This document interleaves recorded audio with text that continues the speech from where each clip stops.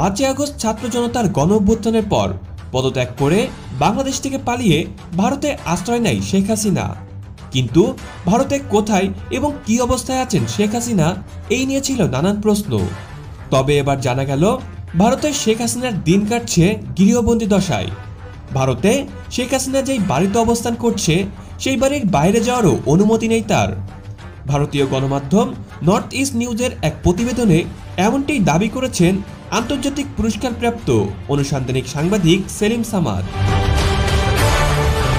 সেই প্রতিবেদন থেকে জানা গিয়েছে বাংলাদেশের সাবেক প্রধানমন্ত্রী শেখ হাসিনা ভারতের দিল্লির কাছে একটি সামরিক ঘাঁটিতে অবস্থান করছেন, কিন্তু বাড়ি থেকে বের হওয়ার কোনো অনুমতি নেই তার। এমনকি কারোর সাথেই করতে পারছে না কোনো প্রকার যোগাযোগ। এক পর্যায়ে গৃহবন্দী অবস্থায় রয়েছেন শেখ হাসিনা।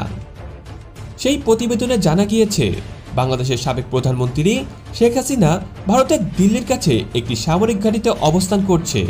সেই প্রতিবেদনে আরও বলা হয়, সামরিক ঘাঁটিতে থাকা সেই বাড়ির কাছাকাছি একটি সুপার শপও রয়েছে।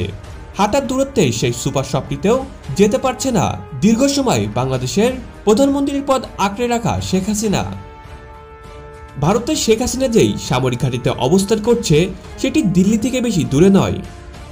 শেখ হাসিনার যে বাইরে যাওয়ার বা কারোর সাথে দেখা করার যে অনুমতি নেই, সেই বিষয়টি প্রতিবেদনে আরও বিস্তারিত তুলে ধরেছেন সাংবাদিক সেলিম সামাদ।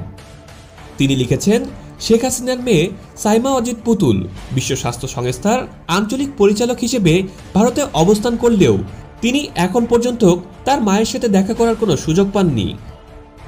অন্য একটি বরাত দিয়ে সেলিম সামাদ বলেছেন, তিনি নিশ্চিত নন যে শেখ হাসিনা গৃহবন্দী কিনা। তবে তিনি এটাও বলেছেন যে একটি বিশ্বস্ত সূত্র থেকে জানা গিয়েছে অন্তর্বর্তীকালীন সরকারের প্রধান উপদেষ্টা হিসেবে ডক্টর ইউনূস শপথ গ্রহণের পর মোদির সাথে ফোনে আলোচনা করেন শেখ হাসিনা।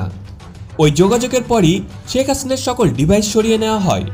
এরপর থেকেই কারোর সাথে যোগাযোগ করতে পারছে না বাংলাদেশের সাবেক প্রধানমন্ত্রী শেখ হাসিনা।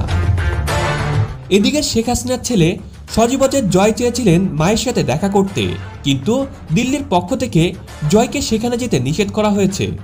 শেখ হাসিনা যে দিল্লিতে আছেন এ বিষয়ে তেমন কোনো কথা বলতে শোনা যায়নি হাসিনা পুত্রকে, যদিও তিনি চলমান পরিস্থিতি নিয়ে প্রায় দিনই ভিডিও বার্তা প্রকাশ করে চলেছেন। শেখ হাসিনার সাথে তার ছোট বোন শেখ রেহানাও আছেন একই বাসাতে, তারও কারোর সাথে যোগাযোগ করার কোনো সুযোগ নেই। তবে শেখ হাসিনা দেশ থেকে পালানোর পর বগুড়ার এক আওয়ামী লীগ নেতার সাথে কথা বলতে দেখা গিয়েছিল, যদিও সেই নেতাকে ঘটনার পরপরই গ্রেপ্তার করে নেওয়া হয়েছিল রিমান্ডে।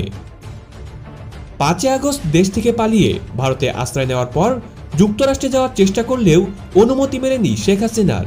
এদিকে বাংলাদেশ যদি শেখ হাসিনাকে ফেরত চায় তাহলে কি করবে ভারত, এটাই এখন দেখার অপেক্ষা। মোহাম্মদ নাসির, আইএনবিডি নিউজ।